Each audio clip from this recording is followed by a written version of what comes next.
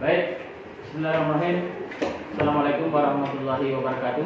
Waalaikumsalam warahmatullahi wabarakatuh. Alhamdulillah.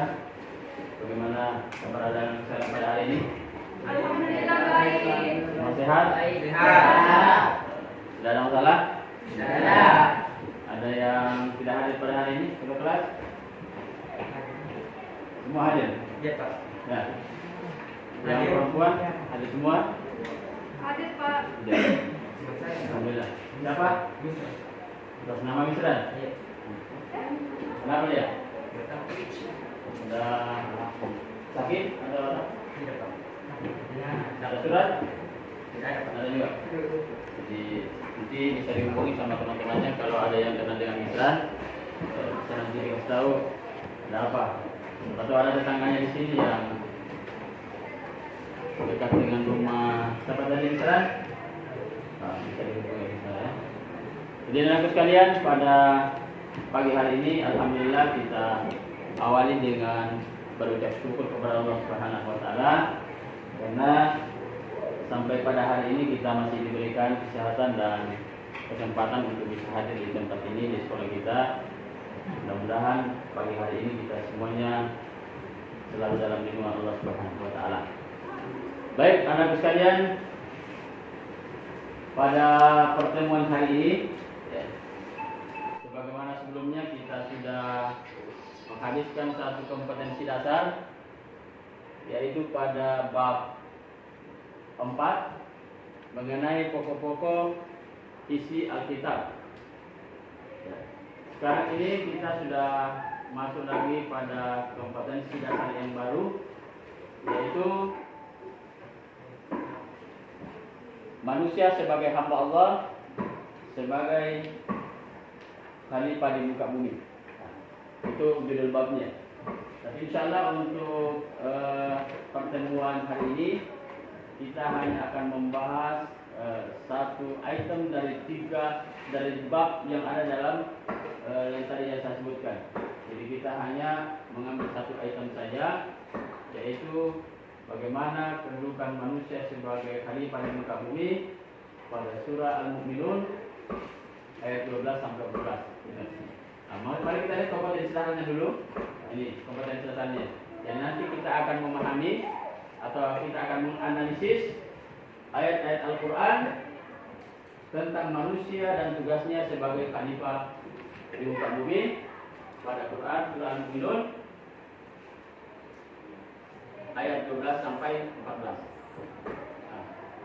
Sebelum kita lanjut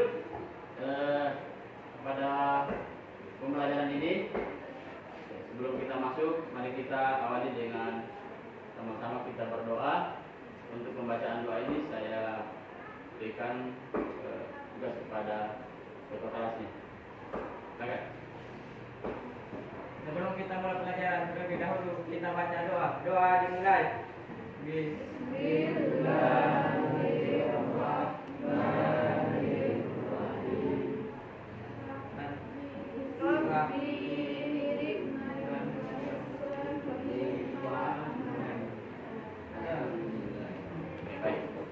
Anak sekalian, sekarang sebelum pembelajaran dimulai, karena sebentar ini saya akan membagi 3 kelompok, ya, 3 kelompok.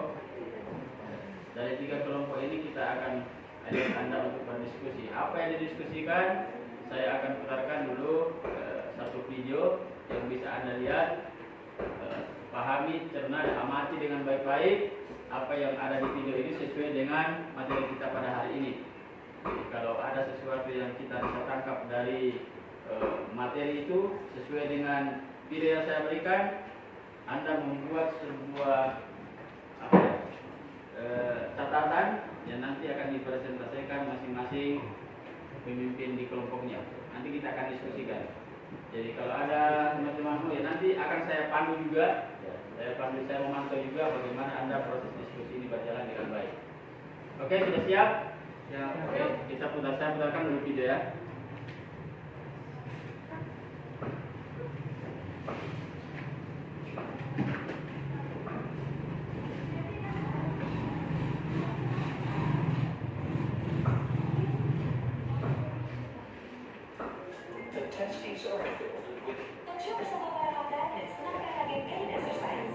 Anda tonton itu, nanti setelah itu baru Anda presentasikan apa-apa yang bisa Anda pelajari.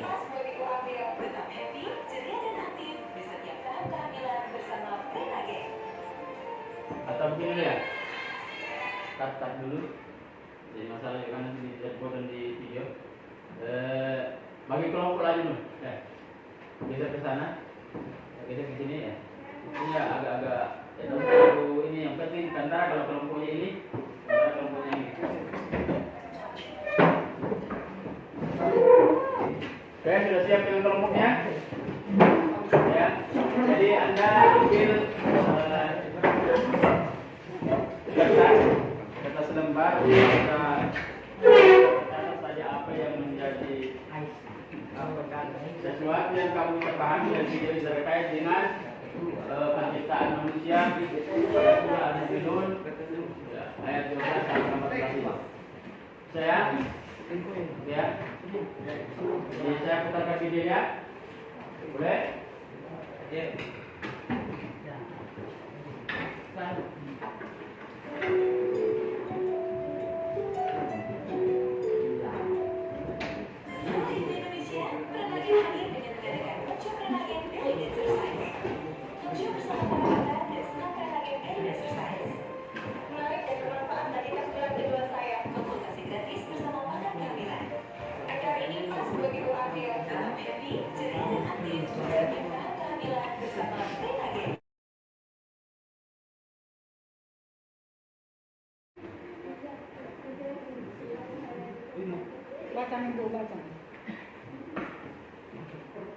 Assalamualaikum warahmatullahi wabarakatuh. Waalaikumsalam warahmatullahi wabarakatuh. Kami dari kelompok 3 akan mempresentasikan hasil pengamatan kami tentang video tadi. Menurut kami, proses pembuahan janin yaitu tentang proses penciptaannya sangat unik. Proses penciptaan manusia diuraikan mulai dari unsur pertamanya, yaitu proses perkembangan dan pertumbuhannya di dalam rahim, sehingga menjadi makhluk yang sempurna dan siap lahir. Selanjutnya, ketika berada di dalam rahim, seorang wanita tersebut dalam kurun waktu tertentu atau 40 hari, janin akan berkembang menjadi segumpal darah. Kemudian dalam kurun waktu tertentu pula berubah menjadi segumpal daging. Lalu selanjutnya dalam kurun waktu selanjutnya akan berubah menjadi tulang belulang yang terbungkus daging dan akhirnya tumbuh menjadi anak manusia sebagaimana dijelaskan dalam Al-Quran Al-Mu'minun ayat 12 sampai 14. Oke. Kelompok ini, sudah? Baik, bismillahirrahmanirrahim. Assalamualaikum warahmatullahi wabarakatuh. Di sini saya akan menjelaskan tentang sedikit dari makna video yang kita lihat bersama. Nah, yaitu air mani seorang laki-laki disebut yaitu sel sperma, dan air mani wanita disebut telur atau ovum.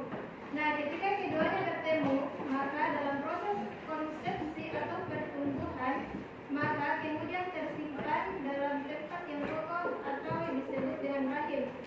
Nah, kemudian setelah dibuahi akan menjadi embrio atau tumbuh menjadi seorang bayi. Sekian, assalamualaikum warahmatullahi wabarakatuh.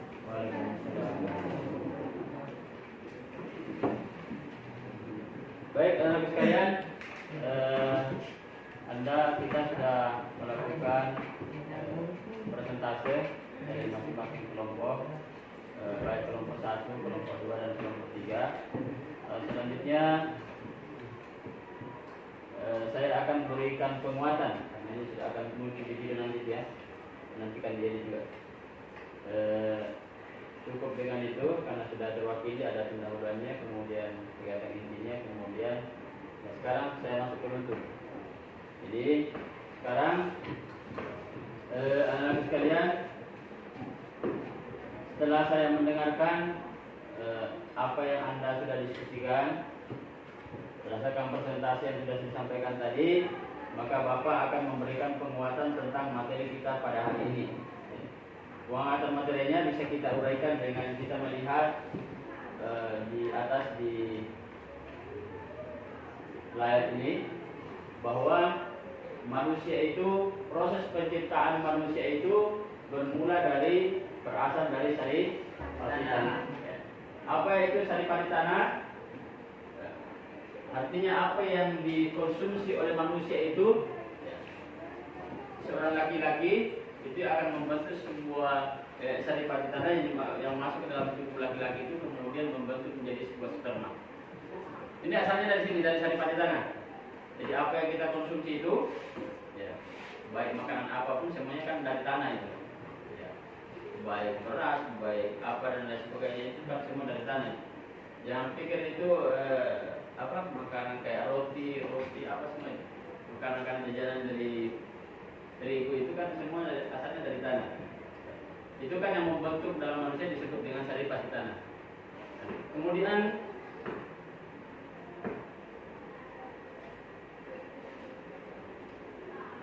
yang kedua, setelah ini berasal dari saripati tanah, kemudian berdasarkan dari ayat itu masuk menjadi sebuah nutfah. Nutfah itu bertemunya sperma antara laki-laki dengan perempuan yang berada dalam rahim itu. Namanya itu disebut summa khalaqnan nutfah. Itu kan ada situ ya. Di ayat itu, di ayat 12 dengan 14 itu bertemu nutfah namanya. Jadi kemudian dari nutfah itu menjadi alaqah. Summa khalaqnan nutfatan alaqata. Alaqata itu adalah menjadi segumpal darah. Itu butuh waktu berapa lama itu? 40 hari. Jadi setiap 40 hari itu ada selalu perubahan. Dari yang tadinya nutfah membentuk sperma dalam popul, kemudian menjadi alaqah. Alaqah itu disebut dengan segumpal darah. Lalu kemudian dari segumpal darah ini menjadi segumpal daging. Mudghah namanya. Summa khalaqnal nutfatan 'alaqatan fa khalaqnal 'alaqata mudghah. Kemudian dari mudghah ini menjadi lahman. Lahman ini ya berupa dengan tulang-tulang yang dibungkus dengan daging. Prosesnya itu sangat unik karena tidak ada manusia yang mampu prediksi segala ini kemahakuasaannya Allah Subhanahu wa taala. Jadi saya ambil penguatan di sini. Apa yang bisa kita ambil dari sini anak sekalian? Bahwa proses penciptaan manusia itu adalah sesuatu yang memang murni kehendak Allah Subhanahu wa taala. Tidak ada manusia yang mampu menantang atau menganggap bahwa itu bukan kekuasaannya Allah. Karena ini kemahakuasaannya Allah. Tidak mungkin terjadi sesuatu yang kita bayangkan itu rahim itu kecil. Kecilnya itu rahim bisa membentuk sebuah bisa melahirkan manusia. Jadi apa yang bisa kita ambil? Pelajaran yang pertama adalah kita tetap bersyukur bahwa kita ini adalah makhluk yang disempurnakan oleh Allah Subhanahu wa taala. Apalagi? Jadi saya rasa untuk pertemuan kita hari ini saya rasa cukup. Insya Allah kita akan bertemu lagi pada pembelajaran berikutnya pada satu materi yang kedua. Setelah kita membahas surah Al-Mu'minun, kita akan bahas tentang surah An-Nahl nanti. An-Nahl itu ada kaitannya dengan surah Al-Mu'minun 12 ini.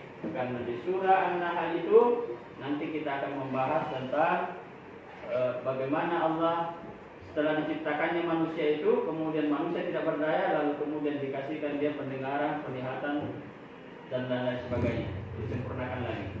Jadi insya Allah kita akan bertemu pada pertemuan berikutnya. Saya rasa demikian untuk kita pertemuan hari ini. Saya akhiri dengan Assalamualaikum warahmatullahi wabarakatuh. Waalaikumsalam.